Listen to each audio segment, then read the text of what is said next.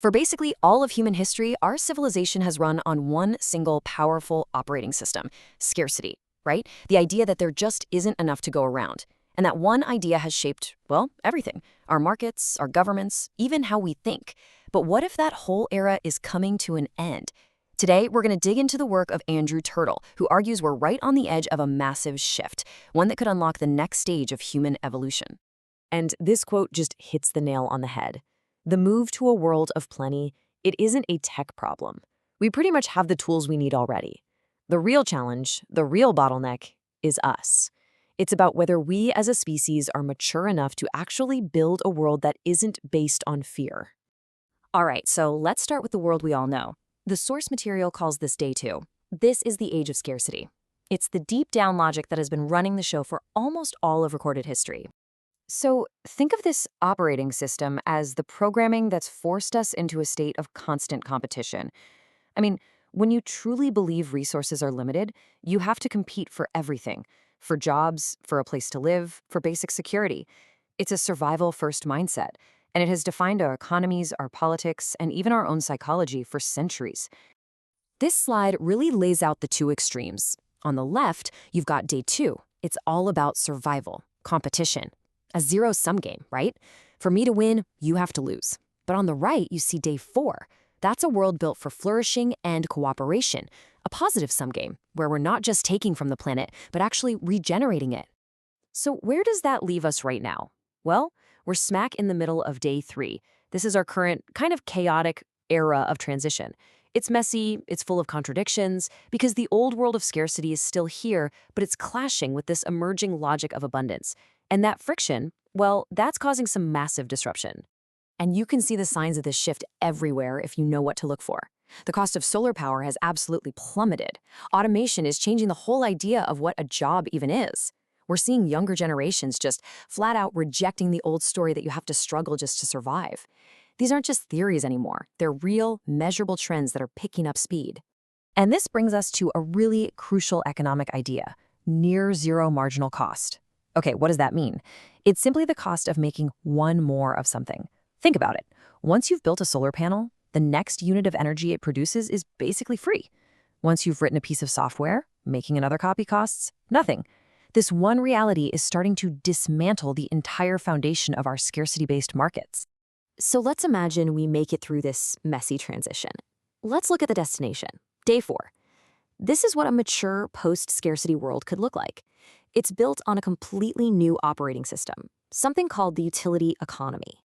Now, the utility economy, it's not about capitalism versus socialism or anything like that. It's presented as a structural necessity. When the cost of essentials, like energy, food, information, drops to near zero, it just doesn't make sense to treat them like scarce commodities anymore. Instead, they become foundational utilities, like roads or clean water are supposed to be, guaranteed for everyone.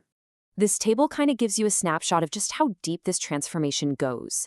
Take a look at health, for example. We'd shift from our current reactive system, which mostly just treats sickness, to a proactive, AI-powered utility that actually helps keep people well from the start. Or look at energy. We go from using it as a geopolitical weapon to it being part of a universal planetary grid. The scale of this change is just immense. And here's a really cool part. These systems don't just exist side by side. They actually link up to form what the source calls a utility mesh. So each utility makes the other stronger. Abundant cheap energy makes water desalination possible, which then supports automated local farms, which feeds people. It's this integration, this network effect, that creates a civilization that's truly stable and resilient. Okay, so we've talked about the what and the how, the tech and the economics. But what does all of this actually mean for us?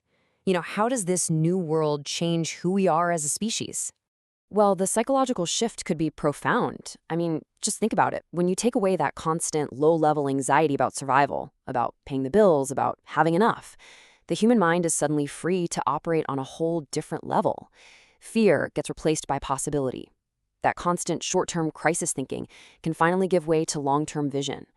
We could move from a defensive crouch to a state of genuine creativity and inner growth. And, of course, our social norms would have to evolve too. I mean, why would you hoard resources when you know the supply is guaranteed? Hierarchies that were built to control scarce things might just dissolve into flexible networks built for collaboration.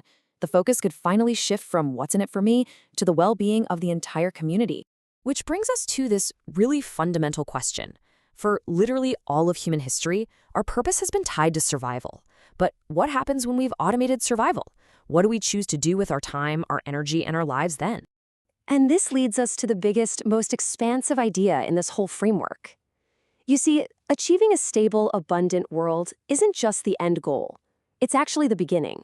It's the training ground for the next horizon of human evolution. Ultimately, what abundance allows us to do is shift from being a collection of competing tribes and nations into a coherent, truly planetary species. For the first time ever, we could actually operate with a shared consciousness and a shared purpose. So this is the grand trajectory laid out. Step 1, achieve abundance here at home. Stabilize our world. Step 2, learn to act as one coordinated, conscious civilization. And then, only then, from that place of maturity and wisdom, do we engage with the cosmos, maybe even, as the source suggests, as mentors for other emerging worlds out there. So we end right back where we started, with a choice. This transition from scarcity to abundance, it's not really about technology or economics. It's about us gaining the freedom to consciously decide what humanity's next chapter is even going to be. So once survival is finally taken off the table, the real question is, what do we choose to become?